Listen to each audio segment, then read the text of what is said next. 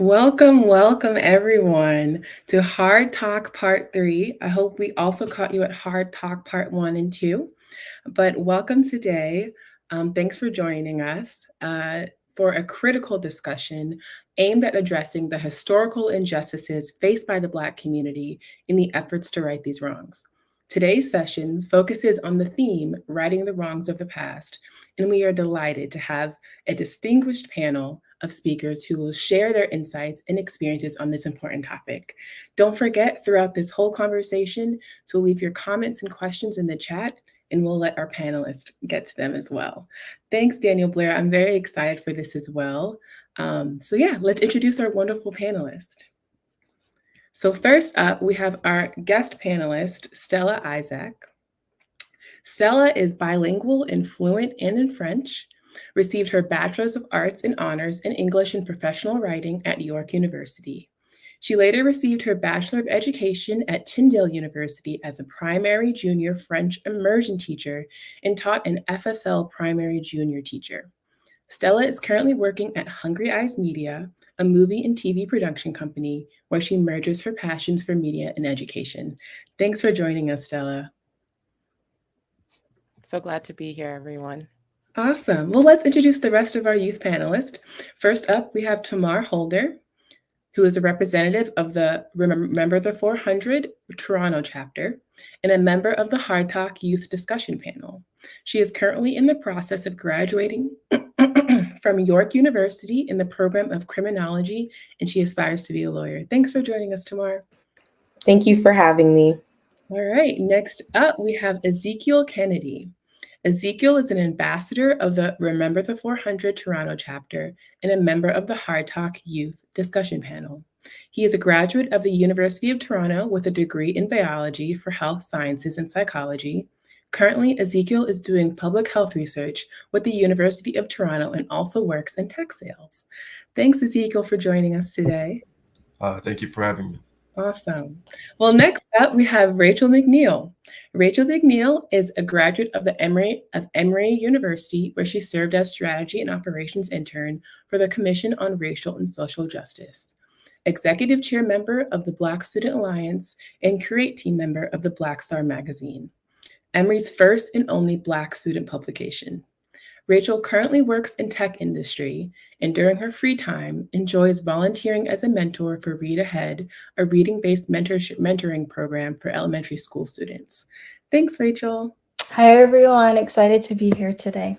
Awesome. Well, last but certainly not least, we have Levi Rogers joining us from the Remember the 400 UK chapter and a member of the Hard Talk Youth Discussion Panel.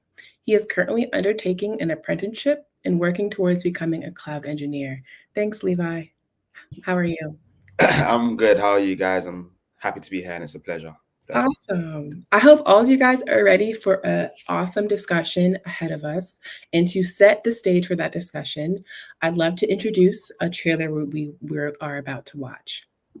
So in Canada, they have not always learned about Black Canadian history. In fact, the only time they talked about Black history was during Black History Month. And we often focus on Black American history. Recently, the Ontario government announced that they're implementing Black Canadian history in the curriculum. The government announced a plan to make Black history compulsory in grades 7, 8, and 10, the first in Canada to explicitly mandate the topic in its public school curriculum. It's set to roll out in September 2025.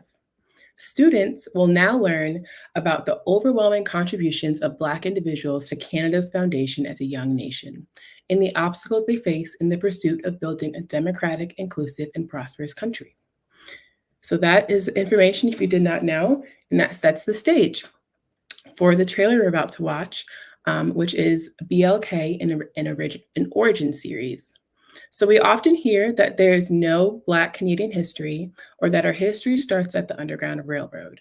In 2022, award-winning filmmakers Jennifer Holness and Sudsa Sutherland, the co-founder of Hungry Eyes Media, produced the 5-time Canadian Screen Award-winning documentary series BLK: An Origin Story, a 4-part documentary series that illustrates the contributions of Black Canadians in Ontario, Nova Scotia, Quebec, and British Columbia from the 1600s to today, demystifying the myth that there is no Black Canadian history. Representing Hungry Eyes is our wonderful guest panelist, Stella Isaac. With the changes of the Ontario government in mind and the vast history of Black Canadians we can learn about through BLK, we will be talking about the importance of our youth learning about Black Canadian history. But first, let's watch the trailer. When people talk about there's two founding peoples, two founding European peoples, you've got some African people in there too. 10% of them were Black. One time, I was giving a talk about slavery in Canada. This woman jumped up, just incensed. How dare you speak about us as if we were the same as the Americans? The rest of the world knows nothing about Canadian slavery because we at home know nothing about Canadian slavery. The segregation we experienced in this nation was very much akin to what happened in the USA. The government of South Africa looked at Canada to figure out how to oppress the native population of South Africa better. The first part of the plan was the building of the viaduct right on top of Hogan's Alley. Our ancestors weren't allowed to go to schools in the neighboring white communities. So our ancestors had to build those schools themselves. There are these huge omissions that really color your sense of history, a sense of who belongs and a sense of who has always been here. My family have been in Canada since 1798, so I'm a seventh generation Canadian. Even those who don't disbelieve will often say, why do you need to talk about this? It's painful, it's hurtful. I think every generation needs to come to its own terms with human injustice. We are standing on the shoulders of some of the bravest people to have ever lived on this planet.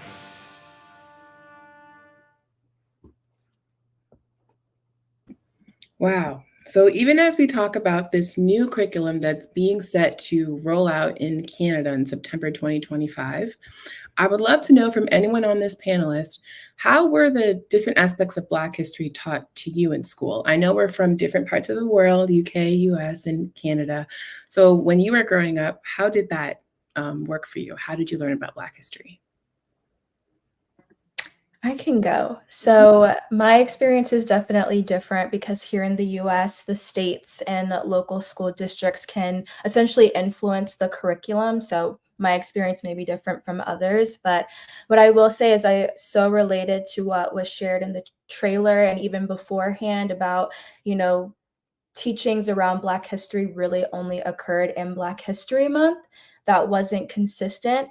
And oftentimes in elementary school, I remember we weren't like learning about it in class, but it was like a play that would be performed by a nonprofit organization. It would be the story of MLK or Harriet Tubman, but it was in no way holistic. And it was kind of just sharing these stories about one person. So there was a lot to be missed from that. And I think besides those plays that I would get in elementary school, I did have Georgia Studies and AP US History where we did learn about the Civil Rights Movement. And I so appreciated those moments because it showed the significant impact that my community had on US history. And those were the only few times I remember learning about that. Great. Yeah. So you didn't really tend to learn about it until you searched it out in those AP classes. Okay. Awesome. What about you guys? What about the other youth panelists? For me specifically, coming from a Canadian perspective, it was very much, I guess, centered around the United States. And just like Rachel said, like maybe you have some plays. For us, we had assemblies where they would talk about slavery that happened in the United States. Maybe they'll present a documentary. Like this is what the punishments were for people that were enslaved. This is what a cherry tree looks like on your back. This is how their living conditions were. It was very much just based not really on Canada, but on America and the US. If we're being character specific, maybe we would have a Rosa Parks, we would have a Martin Luther King Jr., we might even have a Harriet Tubman, but the narrative was very much that Harriet Tubman helped all the slaves through the Underground Railroad, and they all gained liberty once they came to Canada. And once they came to Canada, they eventually got rights. And it was basically for Canadian people, like Canada was the land of the free for us.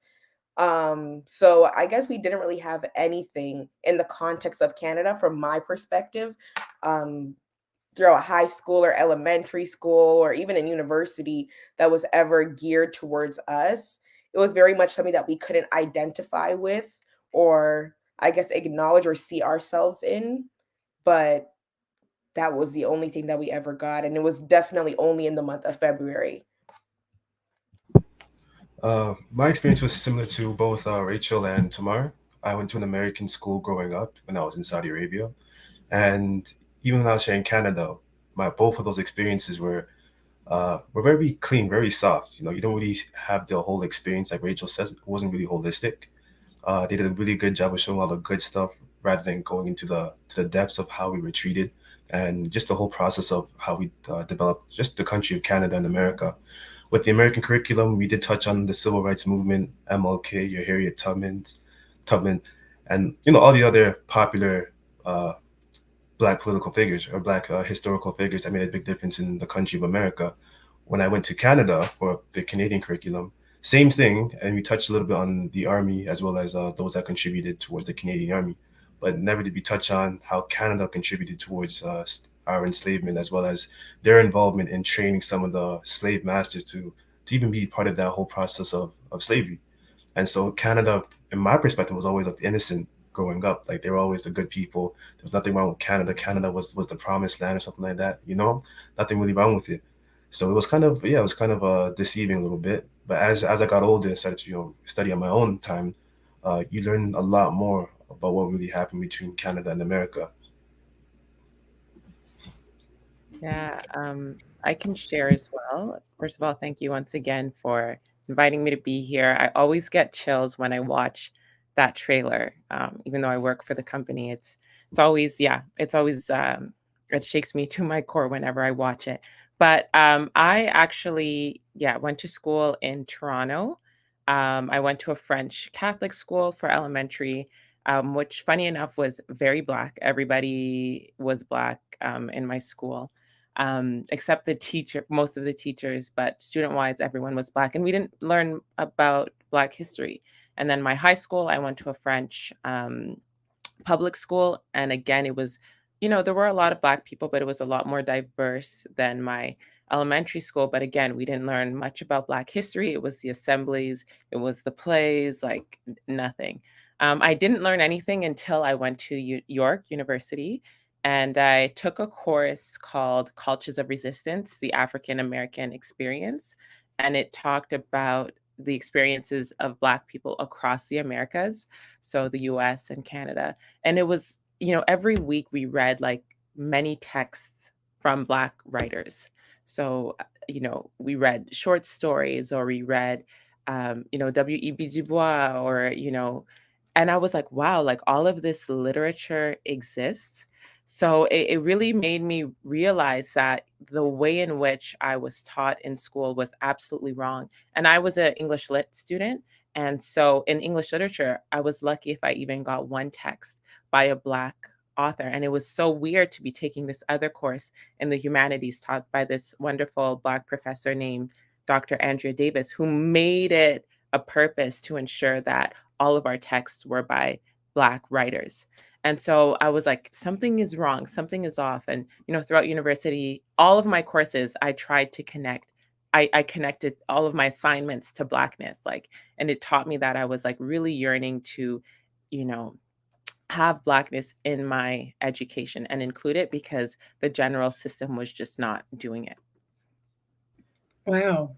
Wow. It seems like we have very much similar stories when it comes to it, where we kind of had to seek it out, or when we did learn it, it wasn't a comprehensive education. What about you, Levi? Do you have similar experiences? I would say so as well. Similar to what Ezekiel mentioned about schools never really went into depth with regards to how our treatment was in the days of the transatlantic slave trade. I think in school, so the way it works in London or in the UK is that there's a Department of Education, and that sort of governing body is what decides what the curriculum will be for, I guess, sections of education. So probably about when I was 14, there was probably about a semester, worth of Black history, and that's what we touched on a lot to do with like slave revolts and so on and so forth. And it wasn't like I guess in October they sort of pivot their curriculum to sort of fit the agenda, but there isn't, and that's not going to really help much. And that's why, you know, remember the 400 is so important, because if you speak to a lot of youths, you hear a lot of youths say they never really got to learn about their history. So we had like a section of a year where we learned about Black history until I guess when we all turn 16, 17, around that time where we have to study before we go to university. That's when they, I guess, start to bring in Black history a lot more. So when I was doing what we call A levels, that's when we learned a lot to do with Black history. But it wasn't really Black history, or it wasn't really history pertaining to, you know, the British involvement to the transatlantic slave trade. You'd hear more so about the civil rights movement, or all the harsh treatment that you know the children of diaspora suffered during the 1920s up until maybe the 1990s, or just the whole civil rights movement as a whole. You never really got anything else. And, you know, I guess it's the UK's whole thing about being proud and, you know, trying to, I guess, separate themselves from any accountability, because you never really heard the British involvement. You very rarely heard about the British involvement within the transatlantic slave trade. So I'd say it's similar to you guys, and we never really went into much depth. And, you know, it's a shame. It's a shame, because my school was made up of approximately 90% of Black students, and none of them were taught in their day-to-day about their history. So I guess it's time to sort of change that. Yeah, that's oh my gosh, that's crazy that sort of rhetoric is similar in all our stages of life, and then even across the whole entire world. What do you think that effect has on like kids growing up, and on you growing up not learning much about your history, or when it was about certain people, or about like specifically slavery in a certain perspective? What effect do you think that has? I was right off to say like ignorance is like you don't really know where you're coming from, and that can really impact your identity, like how you view yourself, what kind of aspirations that you may have in the future, where you see yourself in the future, etc. It's like you're not having access to the full story of your community, and it feels like that personally. It's like if you had a full understanding, a full holistic understanding of who your people were, and just the amount of contribution they played a huge role in when it comes to the economy that you're thriving in today, the inventions that we use till this day. I think it would make a huge difference how you view yourself, especially in an academic setting.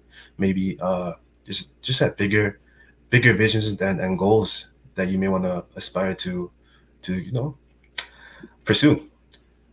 Can I jump in on that point really quickly? And I think it's an amazing point Ezekiel made. I saw a video today on TikTok, right? I'm always on that app, and it was a college graduate or university graduate, and I guess in university or college, when you graduate, you wear the whole gown and the hat, and, you know, the traditional throwing the hat in the air and so on and so forth.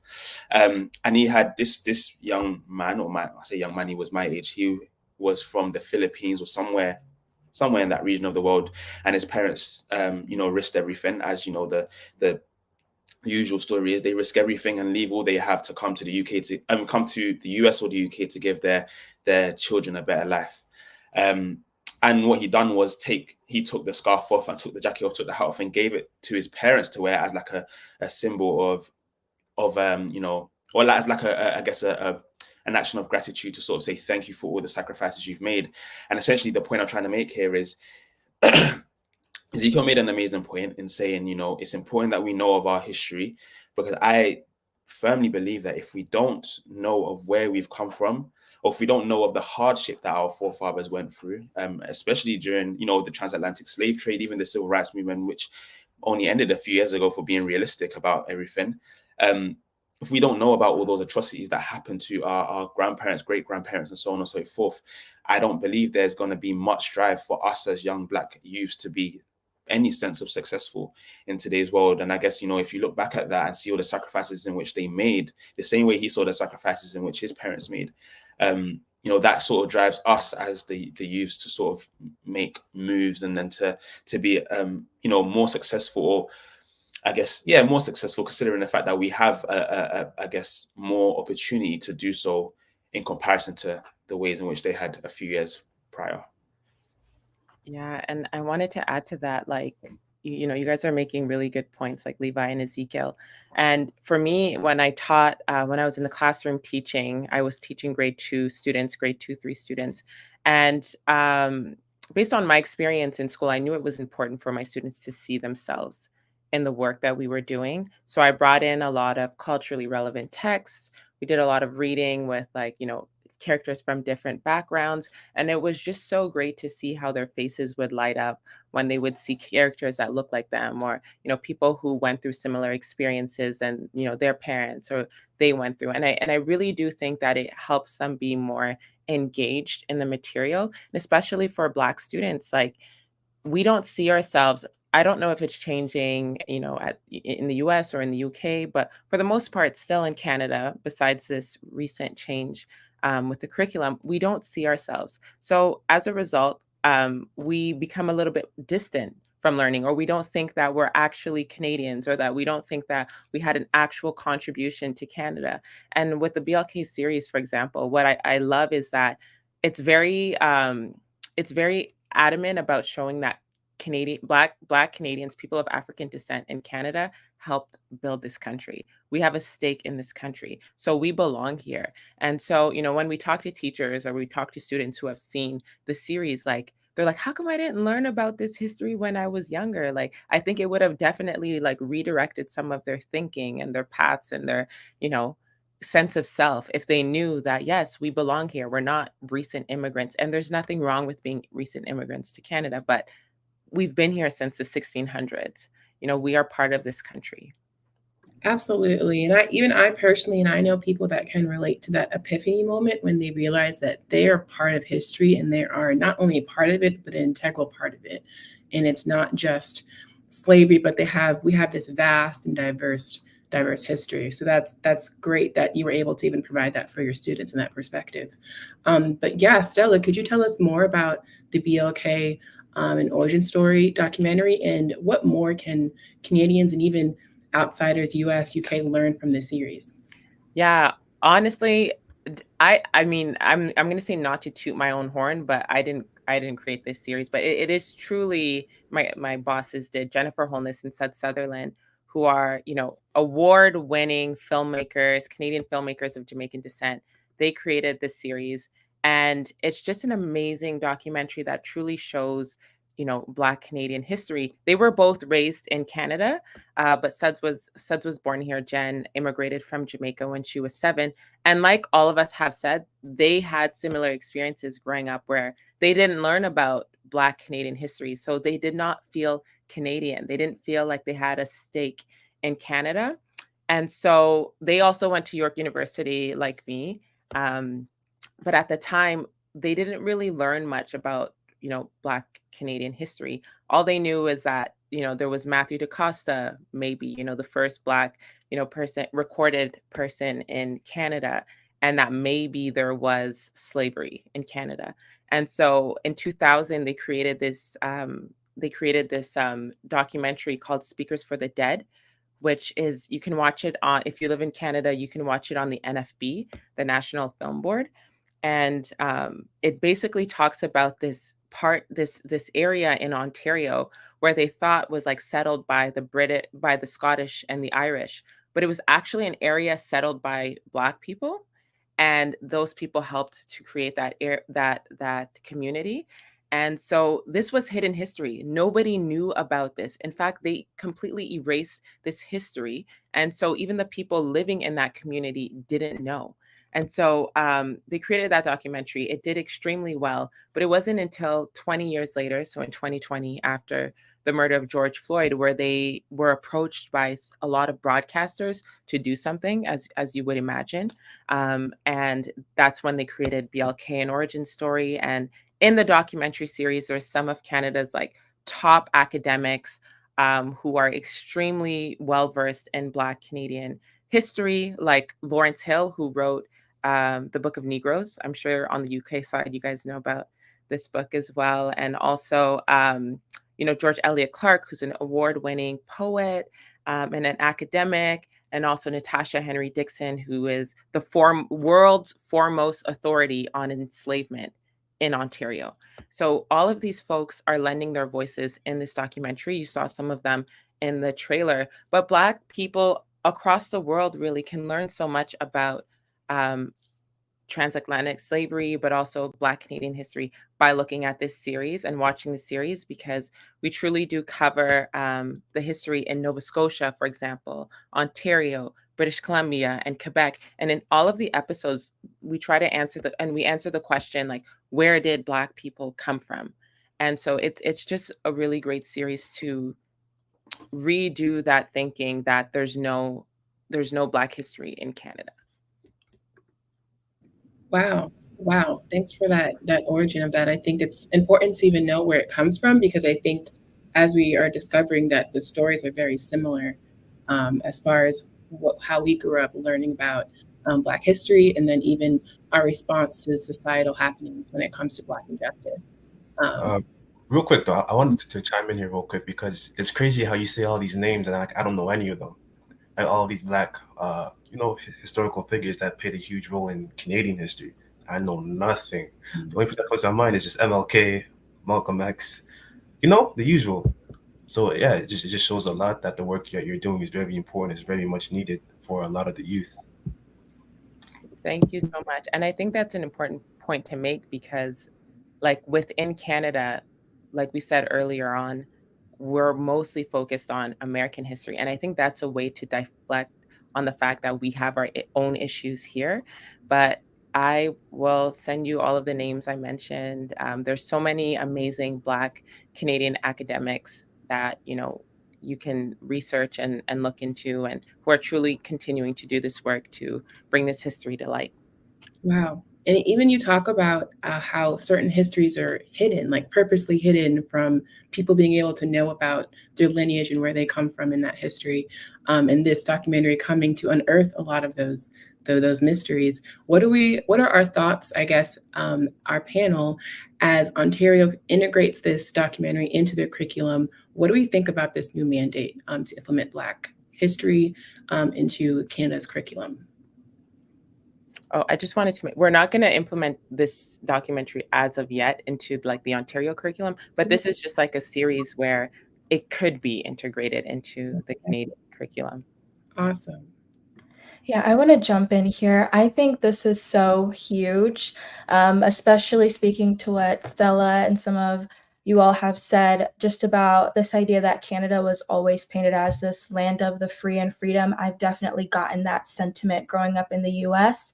And so the fact that we have organizations and media companies in Canada kind of unearthing what was covered up and now going so big as to implement Black history in the curriculum, like this opens up a space for other countries, other states to really look to you all as a case study and guide for implementing that here. So I am so appreciative of the work that's been done in Canada, because it's something that we can look to implement, especially here in the US, where there's a lot of debate and acts being passed to get rid of some of the Black history that we've already been taught of. I would say, just even to add on to that, I feel like appreciation is definitely the word that I would love to highlight there, because I feel like this would be a significant step forward in really just recognizing the contributions and experiences of Black Canadians. Like, we're talking about us feeling ignorance down here and the lack of, I guess, relevance to our culture, and how we can't relate. Even in the documentary, the trailer, I believe it was an older lady that basically said, like, we are not like them, when she was like told about like the history of Black Canadians. Like, we are not them, but it's actually like you just never had the education to identify that actually you have the same history. And I believe it was even said that slavery continued for over 200 years in Canada before it was actually abolished. So over 200 years, and none of us know anything about that.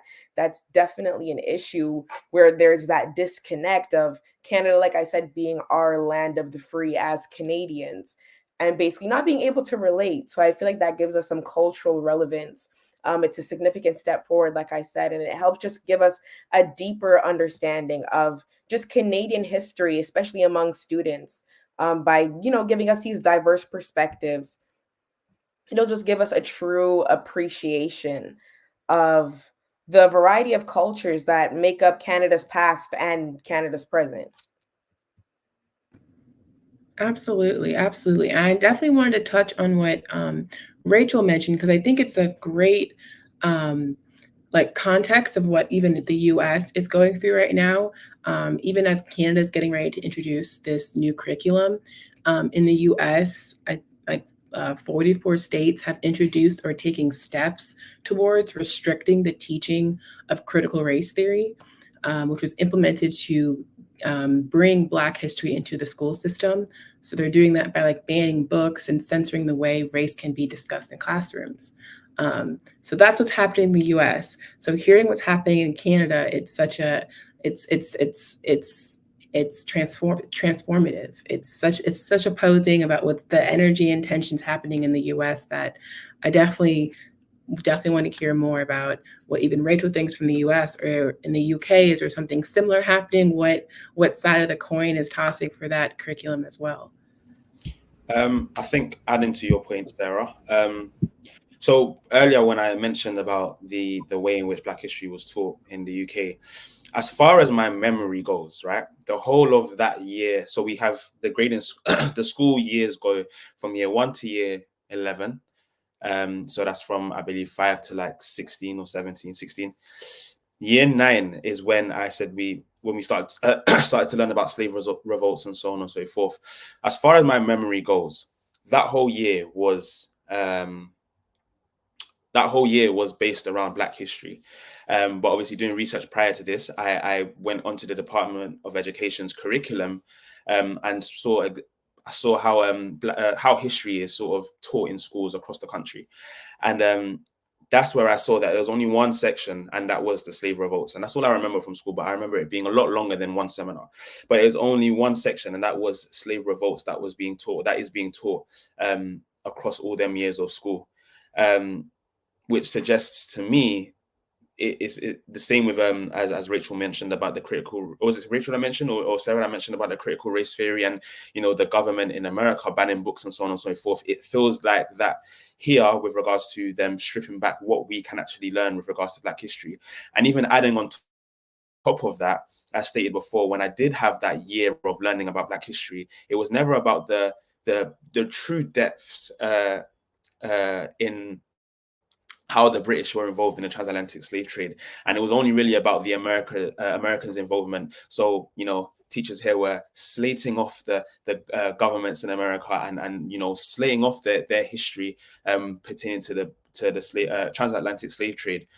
But there was no accountability, I guess, with regards to how the UK were involved in the slave trade. And it's one of those things that if you really, really want to learn about the British involvement, you have to go and look elsewhere, because you're not going to learn it in the curriculum or the standard education that a youth is supposed to get in school. You're never going to hear about it.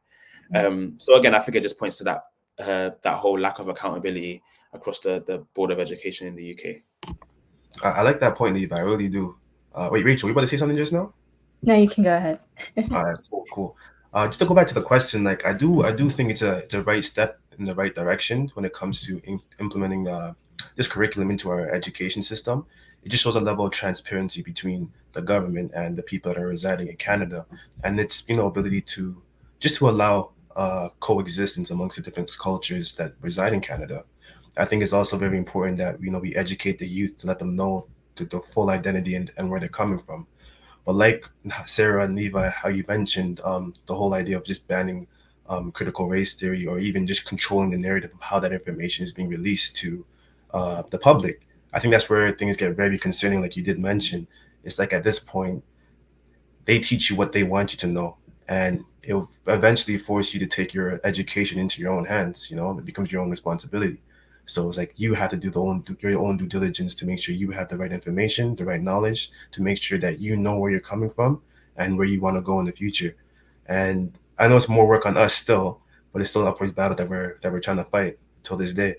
So it just goes to show that the efforts that Stella is putting in when it comes to creating a documentary is very much needed, so that one day we can reach a place where, it's not really like this, where we can have honesty, where we can have truthfulness, where we can have, a society and a government that wants to really educate and edify the people that live in this land.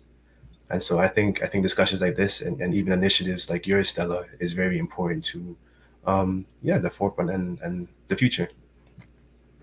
Yeah, and I'd like to just jump off of that, growing up in the school system, and I don't want to get into like the oppression wars, but I will say the Holocaust was taught all throughout my education system, and there were very clear decisions to ensure that all those that were learning about it, one, knew that the actions were wrong, but two, there was this like emphasis, this phrase that was always used in elementary, middle, high school, that it was important for us to learn this history of the past so that we did not repeat it in the future. And so as a Black person in America, I am offended that the same is not looked at when it comes to slavery and the history of my people here. Particularly in Georgia, we have the Protect Students First Act, and that act is essentially prohibiting school systems from teaching on divisive concepts. And so this idea that the history of Black people has been deemed as divisive, the fact that there's a push for things to be politically neutral when that is not afforded to other groups that have been oppressed and have had violence enact on them, it's hurtful to me as an individual. And so I think this is why discussions like these are so important, to even understand how in Canada the terminology is being shared so that we can really look to that, because our history is being erased. There's a decision being given to us to decide whether or not slavery was good or bad, or if it should be taught. And I'm offended by it, to be honest. Yeah, that's crazy. That is, I have to come in there real quick because that's a really good point. Like, I wish that, our governments and our society would treat all of those cases the same. I wish there was just as much effort as there was going to the Holocaust as there was going into, slavery. Like, actually seeing the gruesome, because I remember all those teachings very clearly versus my own, which is the crazy part. I remember seeing the gas chambers, all the malnutrition people, all the bad things that Germany did. I know the name of the leader that led the whole entire revolt and did all those crazy things. But then when it comes to slavery, I don't know the names of many slave masters. I don't know the names of certain plantations, or even the names of boats and the ships, etc. So it just goes to show the focus that was placed on their efforts versus our own. And then, it comes down to the idea of like, is this fair? Is this just? Are we really all treated the same still? It's a really great point you brought up there, Rachel. I'm really glad you brought that up. That's a strong point. Jeez. Absolutely. Even I felt that emotion, Rachel, as you were talking. I think we could all relate to feeling invisible in classrooms in history. So even as we talk about this new mandate being implemented, or even the series being available to teach families about our history, what do we hope youth get from it? Like, what do we hope the impact will be? What can we hypothesize that it will be as well? I think everybody's, said it and have been saying it. Like, when you learn this history, you first of all understand like the context of the society that you live in and a lot of your experience. I remember like, growing up, I just felt like something was off. I remember talking to some of my friends about it, and I would say, you know what, I think this incident was like racist, or I think that this teacher is not we're reading this text and it feels wrong for some reason, and I just don't know. And all of my experiences, everyone would be like, no, you're exaggerating. No, this is not true. No, this is not the US. We're not racist here. And then as soon as I started learning about slavery, learning about like Black people's experiences in Canada specifically, all of my experiences from the past were validated. I was like, okay, I wasn't making things up. Like, this wasn't coming out of nowhere. And I also think that, like I said before, like I was always trying to link things to Blackness. But when you just your history and your lived experiences are made available in your curriculum, and now like it sucks that it has to be mandatory, and it sucks, which means that nobody was doing it previously, and we're in 2024. Like Black history is not just Black history, like something that we say, when we're talking about the series is Black history is Canadian history. So by not including this history, you are not telling the breadth and the full depth of Canada's history. You're omitting things on purpose. Why?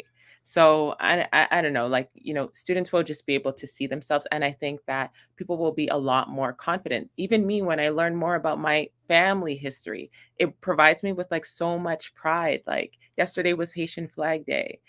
That means so much to me. My mom is Haitian, and I know what like Haiti has contributed to the world. And so, yeah, just imagine what it would be on a larger scale. I agree with that.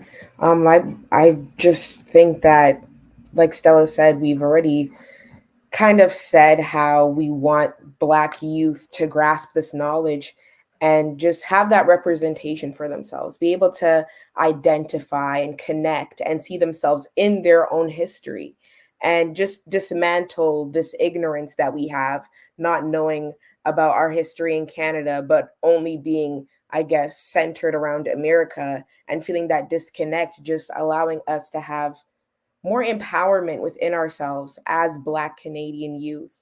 And I believe it was a comment in the chat by M. Gokul that said, history not passed down leaves a gap that the world fills in.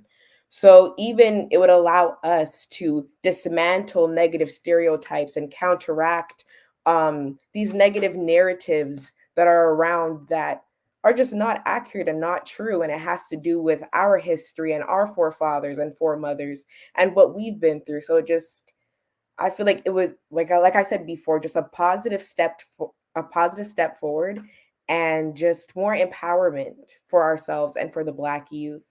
And I feel that when you have curriculum in school that you can connect with and identify with, it makes you more invested. It helps you not only connect, but just be more grounded, be more invested, be more motivated to know more, to learn more, to be more in school. So even through this new curriculum and this new mandate, I hope that it also just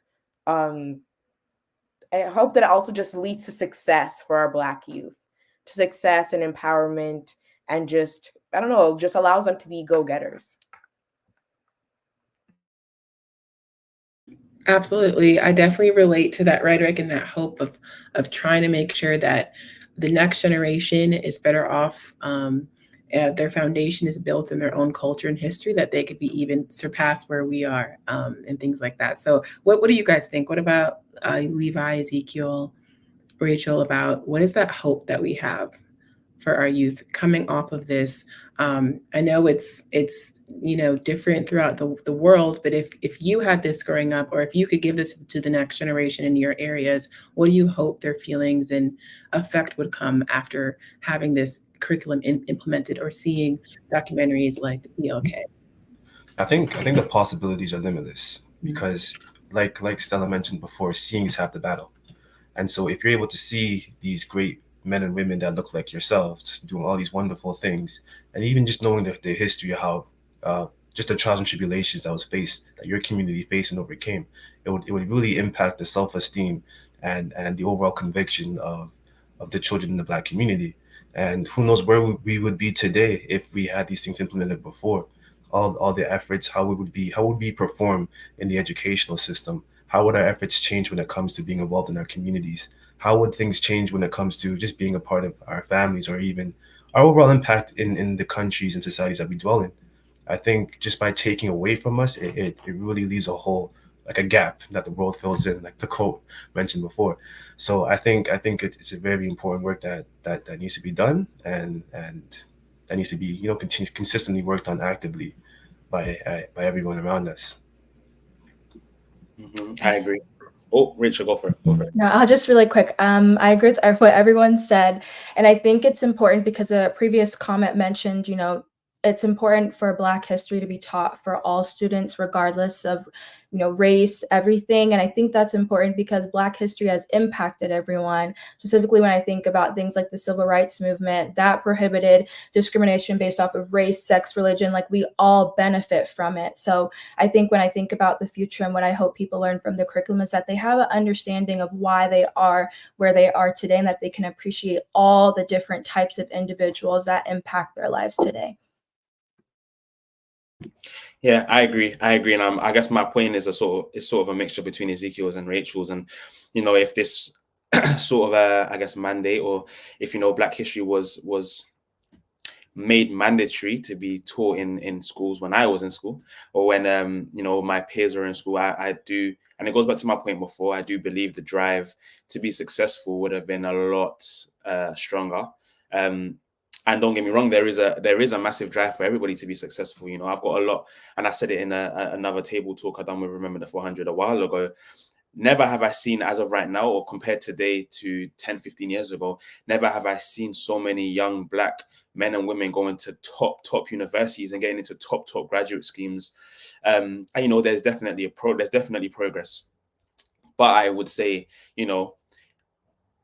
we are so intelligent, and I feel as though if we just harbored, I guess, the treasure of intelligence or of creativity within ourselves, we would be a lot further or a lot more successful in comparison to how we are now. And I do genuinely believe that those things will come, or those things can come, if we are taught about our history. And again, it goes back to my point about learning about where we've come from, or where our forefathers and foremothers have come from, all the hardship and the atrocities that they had to go through.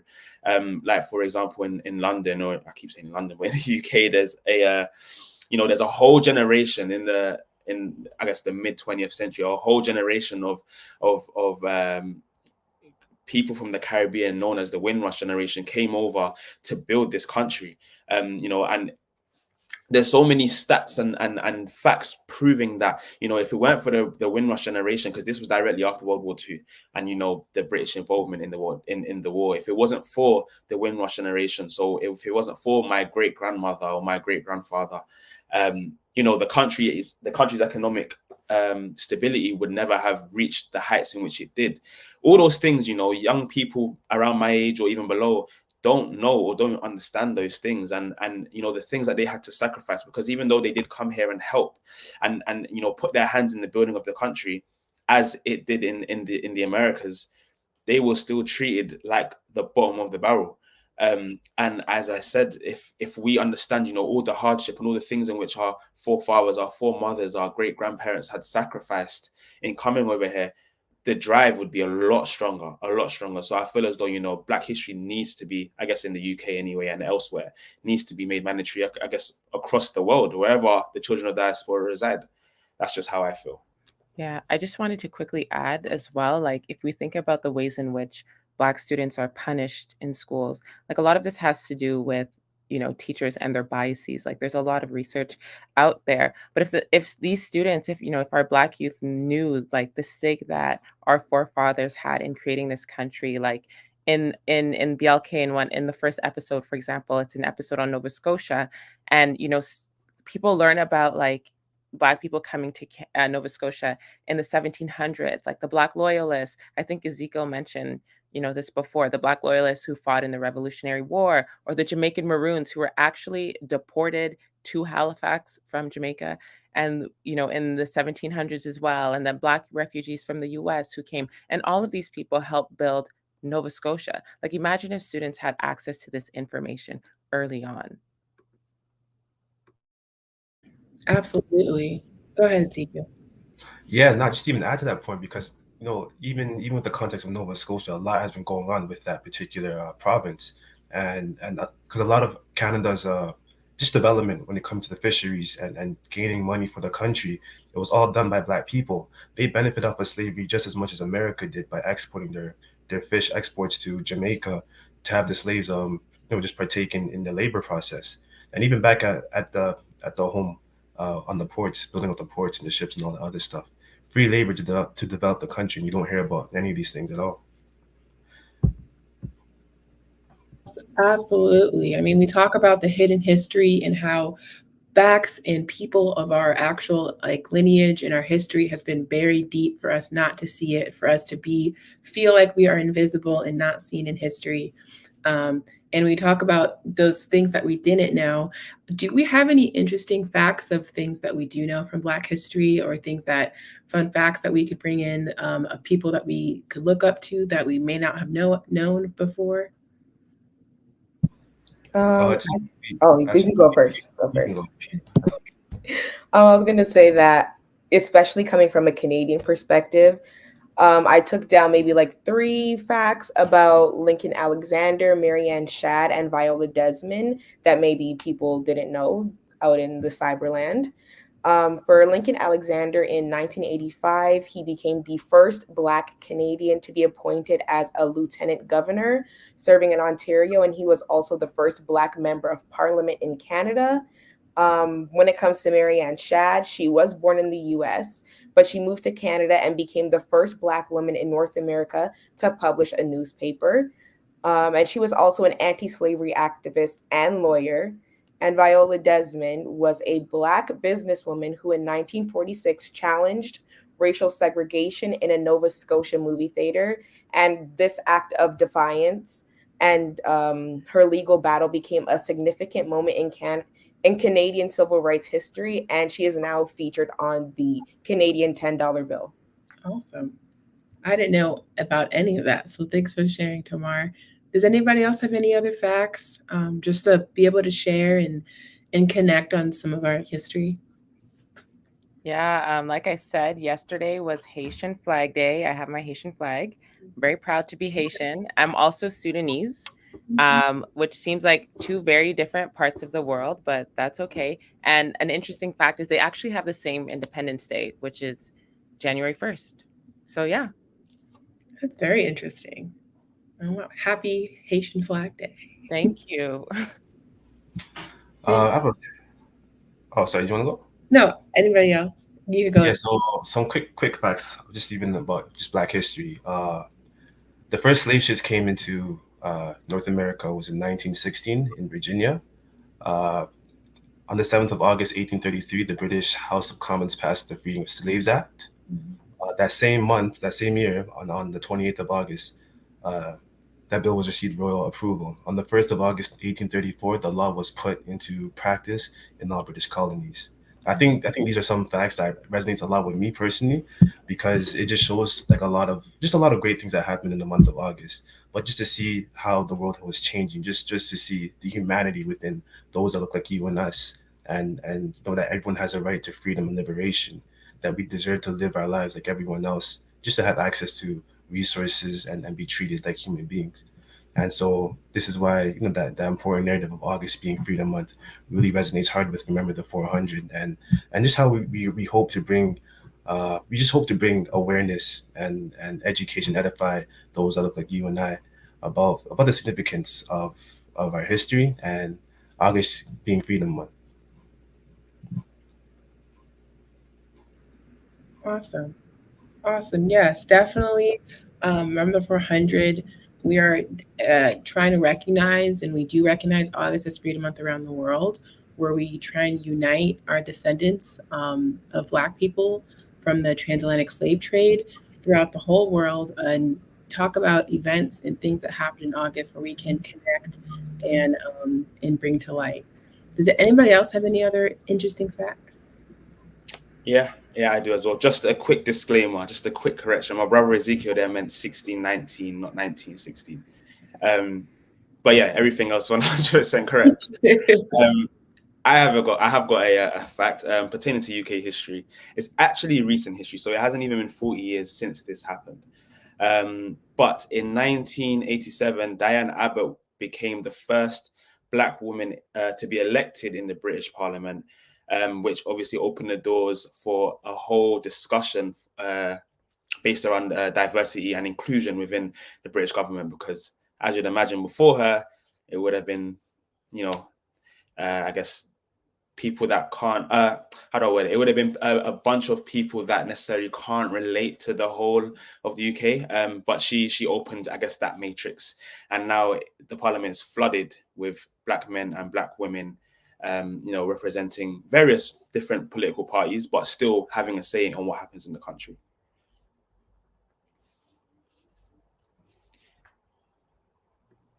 You muted. I'm muted. Thank you. I was going to say, great point. I do want to get to this question really quickly. I know we mentioned Freedom Month. So how does Freedom Month help with righting the wrongs of our past?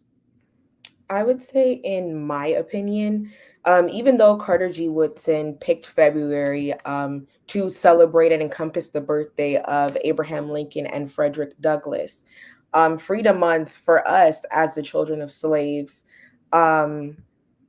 just has to do with taking our power back and just choosing a month that is more significant and relevant to our struggles. I feel like it also just has a bigger impact and just gives us as a community more empowerment. As Ezekiel and Levi mentioned, the first slave ship touching down in 1619 in the month of August in Hampton, Virginia. The House of Commons actually raised and passed the Slavery Abolition Act in the month of August. The famous Martin Luther King Jr. speech happened in August, and just many more other facts and real world struggles that our people have been through has happened in the month of August. So I feel like Freedom Month, in order to right the wrongs of the past, just is another step forward in just getting liberation for our people. Amazing. Amazing. As we've said, probably throughout our whole life, a month, February, just being that is not enough. We have a more expansive history. So August is Freedom Month, definitely touches on more of what our vast history involves with and what more we did throughout the whole year. So that's awesome. Yeah, I'm sure, Rachel, did you give your interesting Black history fact? No, I didn't. So Stella mentioned, this idea of how Black students are punished. And my dad is an educator, special education. So it just made me think about some statistics he was telling me. One is that 50% of Black inmates are special ed. And two, that 97% of school psychologists are white, and the majority of those school psychologists have never heard of the Dr. Clark Black and White Doll study.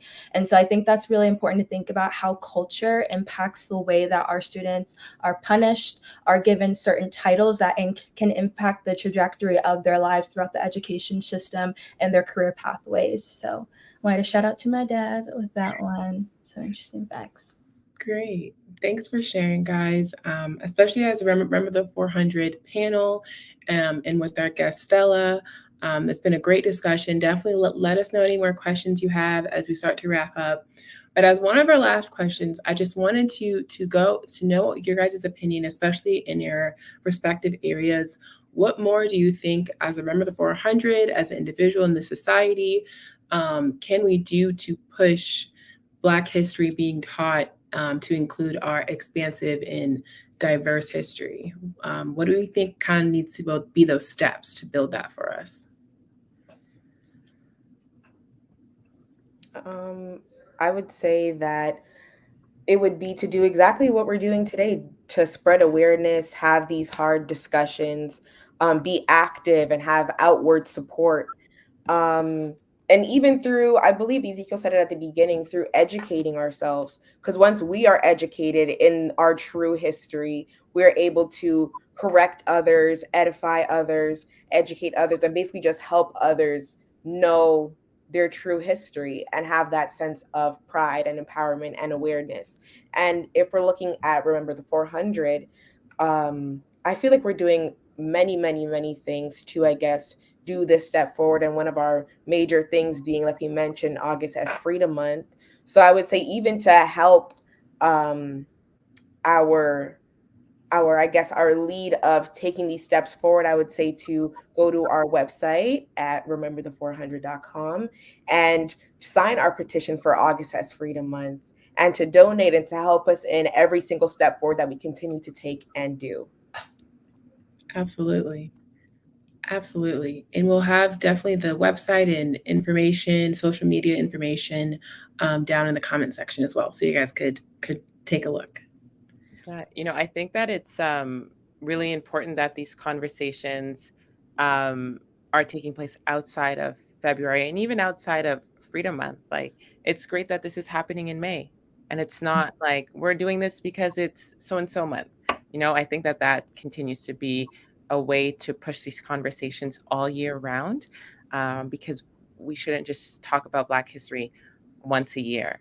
So I think that this is great that you guys are doing. I hope that there's more conversations all throughout the year, and also like highlighting in certain countries that are doing great work, or encouraging other countries to take on something similar. So I think this work is amazing, and I'm truly looking forward to see what else you guys have in store.